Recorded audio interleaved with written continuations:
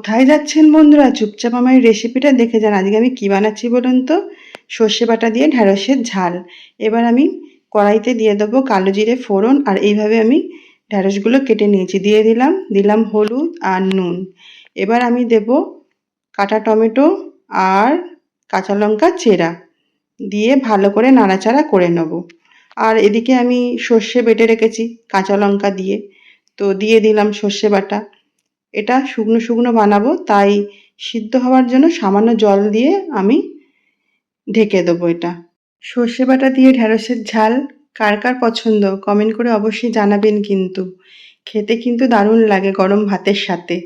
এবার আমি দেখুন জল দিয়ে দিলাম আর 2 মিনিটের জন্য ঢেকে দেবো।